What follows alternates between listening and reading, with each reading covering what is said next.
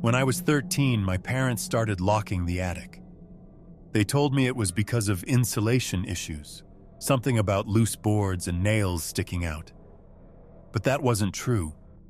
I knew it wasn't true, because before the lock appeared, I had already been going up there. I just didn't remember doing it. It started with small things. I'd wake up with dust on my hands, then splinters.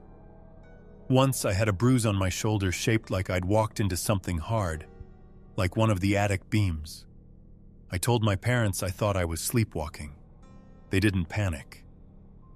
My mom actually laughed a little and said she used to do the same thing as a kid. But then I started waking up tired. Not normal tired, exhausted, like I hadn't slept at all.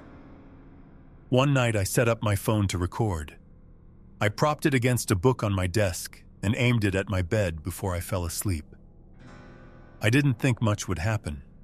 Honestly, I expected nothing. But when I checked the footage the next morning, I almost dropped the phone. At 2:17 a.m., I sat straight up in bed. Not slowly, not like waking up, just upright, instantly. Then I turned my head toward the door, and I smiled. It wasn't a normal smile either. It was too wide, too still. I got out of bed and walked out of frame. The video kept recording. For 20 minutes, nothing happened. Then I came back. But something was wrong. I wasn't walking normally. I was stepping carefully, like I was avoiding obstacles I couldn't see in the room, like I was still navigating the attic. Then I stopped right in front of the camera, and I whispered something. I had to replay it 5 times before I understood.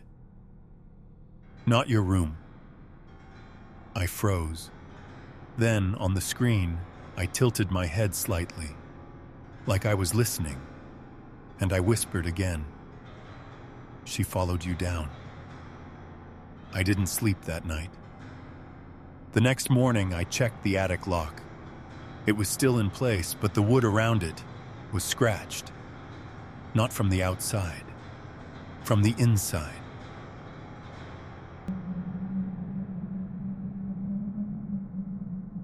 We found the gap by accident. It was behind a section of attic wall that sounded hollow when my dad knocked on it. At first, he thought it was just bad construction, but when he pushed harder, part of the panel shifted inward. That's when we knew there was something behind it. The space wasn't huge, maybe 3 feet deep, but it stretched the entire length of the attic. A narrow, hidden corridor sealed off from the rest of the house. There was no door, no hatch, no visible way in. And yet, the floor inside was covered in footprints. Bare footprints. My dad told me not to go inside.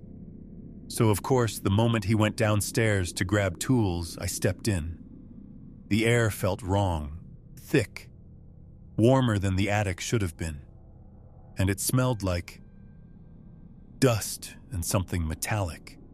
The walls were covered in markings, not drawings, not words, just lines.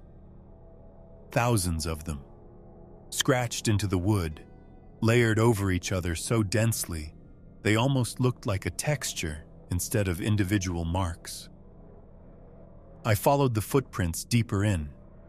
They stopped halfway down, just ended. Like whoever made them had vanished mid-step. That's when I noticed something else. There were new marks on the wall. Not old, faded scratches like the rest. Fresh ones. Clean. Sharp. I reached out to touch them. And I swear, this is the part I can't explain. I felt vibration. Like something on the other side of the wall was moving, slowly, dragging. I pulled my hand back immediately, and then I heard it. A single knock from inside the wall. Not behind me. Not above me. Right in front of me. I ran. I didn't stop until I was downstairs, nearly crashing into my dad on the way. I tried to explain what I heard, but he brushed it off, said it was probably pipes or settling wood. But when we went back up together, the panel we had opened was closed again. Not broken, not hanging loose. Perfectly sealed, like we'd never touched it. My dad just stared at it, confused. But I couldn't stop looking at the floor, because right in front of the wall, there was a new set of footprints leading out.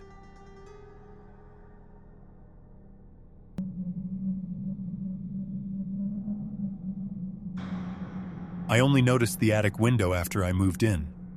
It's small. Too small, honestly. Barely big enough to let light through. And it's positioned oddly, off-center, like it was added later as an afterthought. At night, it's just a black square. Or at least it used to be. A few weeks ago, I was outside having a cigarette when I glanced up at the house, and I saw something move behind the glass. At first, I thought it was a reflection, but then it moved again. Slow, deliberate, like someone stepping back out of view. I went inside immediately. I told myself it was nothing, an animal, maybe, or my imagination. But I couldn't shake the feeling, so I grabbed a flashlight and pulled down the attic ladder. The second I got up there, I knew something was wrong.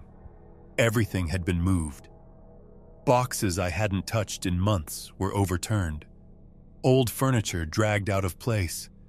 The air felt disturbed, like someone had been pacing. But the strangest part, the window. From inside, it didn't look small anymore. It looked wrong.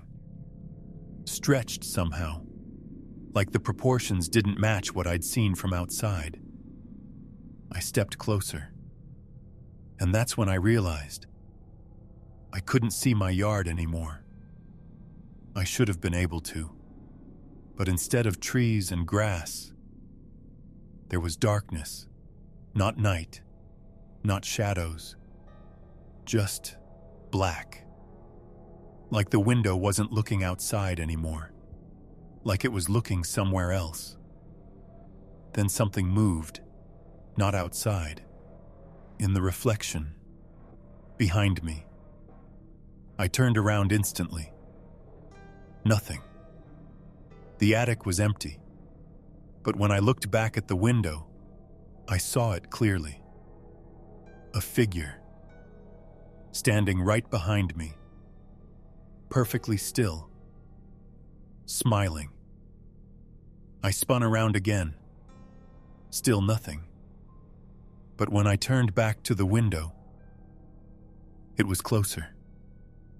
I didn't go back up there after that. I nailed the attic shut the next day. But sometimes, at night, when I'm outside, I still look up, and now, the figure isn't behind the glass anymore. It's standing in front of it, watching me.